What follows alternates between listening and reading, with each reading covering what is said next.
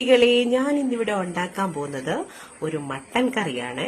അപ്പൊ വർഷങ്ങൾക്ക് മുമ്പ്, അതായത് എന്റെ കല്യാണം കഴിഞ്ഞ സമയത്ത് ഞാൻ ഇതുപോലെ പാചകത്തിന്റെ ABCD അറിയാൻ മേലാത്ത കാലഘട്ടത്തിൽ ഉണ്ടാക്കി നോക്കിയിട്ടുണ്ട്. അപ്പം വലിയ ടേസ്റ്റ് ഒന്നും എനിക്ക് തോന്നിയിട്ടില്ല. അപ്പൊ നമുക്ക് ഇന്ന് അടിപൊളിയായിട്ട് വെച്ചാലോ. മട്ടൻ എല്ലോട് കൂടിയതാണേ നല്ലത്. ഞാൻ 1 കിലോ മേടിച്ചതാണ്. അപ്പൊ ഹാഫേ എടുത്തിട്ടുള്ളൂ. നമുക്കൊന്ന് ട്രൈ ചെയ്ത് നോക്കാം കേട്ടോ. കൊച്ചുള്ളിയുണ്ട്, അതുപോലെ സബോളയുണ്ട്, വെളുത്തുള്ളി ഇഞ്ചി പേസ്റ്റ് ഉണ്ട്. അപ്പൊ നമുക്ക് പെട്ടെന്ന് ഉണ്ടാക്കാം. കുക്കറിലാണ് ചെയ്തെടുക്കുന്നത്. തേങ്ങാ കൊത്തിട്ട് ഫ്രൈ ചെയ്തെടുക്കും. വറുത്തെടുത്ത് വെച്ചു.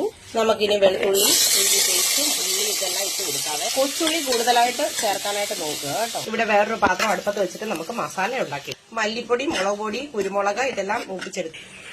തക്കാളി പേസ്റ്റ് ആക്കിയതോടെ ചേർത്ത് വഴി നമ്മുടെ അരപ്പും ചേർത്തു. അപ്പൊ മട്ടൻ കഷ്ണങ്ങളും ഇട്ട് കൊടുത്തു. ഇനി കുക്കറിൽ വേവിച്ചെടുക്കുക. കറിവേപ്പില ഇട്ട് കൊടുത്തു.